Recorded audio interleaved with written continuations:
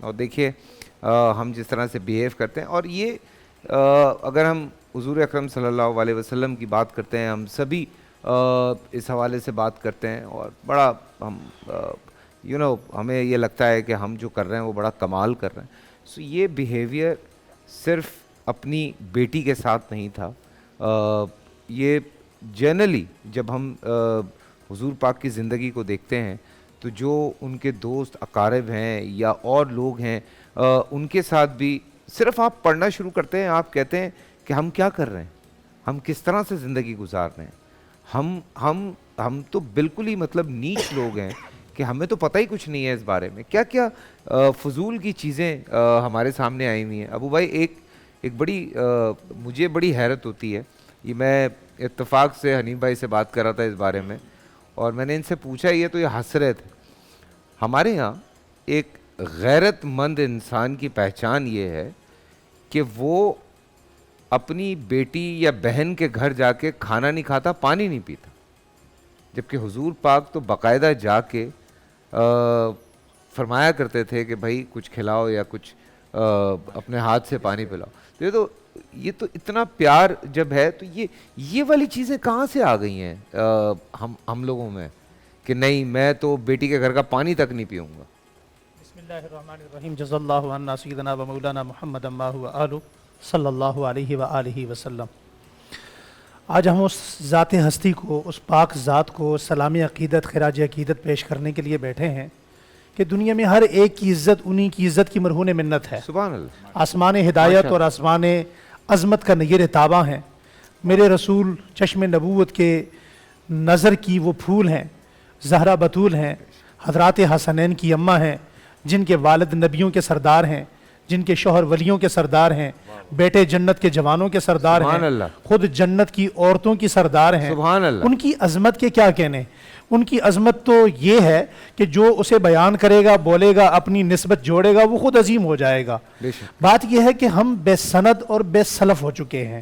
بے سند اور بے سلف اس لیے ہو چکے ہیں کہ جب سے ہم نے اپنی وہ قابل تقلید نمونہ شخصیات کی تقلید چھوڑی، ان کا نقش پا چھوڑا، تو ہم ایسی غرقابیوں میں ڈوبنے لگے کہ اپنی بیٹی کو اپنے ہاتھ سے گولیاں مارتے ہیں، اس کے دروازے پر پانی نہیں پیتے.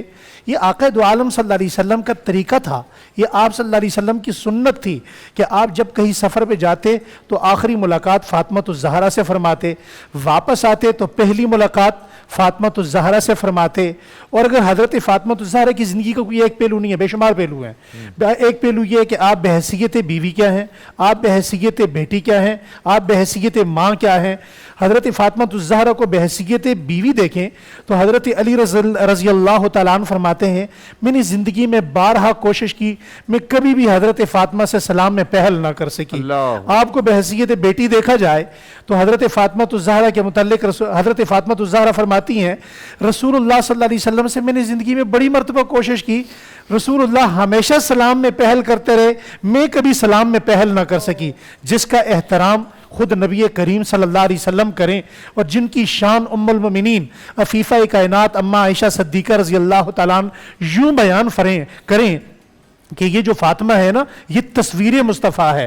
اگر کسی نے چال میں، کسی نے شکل میں، کسی نے تکلم میں، کسی نے بات میں، انداز میں، اٹھنے میں، بیٹھنے میں، چلنے میں، پھرنے میں اگر مصطفیٰ کو دیکھنا ہو تو وہ فاطمہ الزہرا کو دیکھے. اور حضرت ام المؤمنین عفیفہ کائنات کی دوسری روایت بڑی مشہور ہے. آپ نے 5 صفات بیان فرمائی. کسی نے پوچھا جی آپ حضرت فاطمہ کے بارے میں کیا کہتی ہیں؟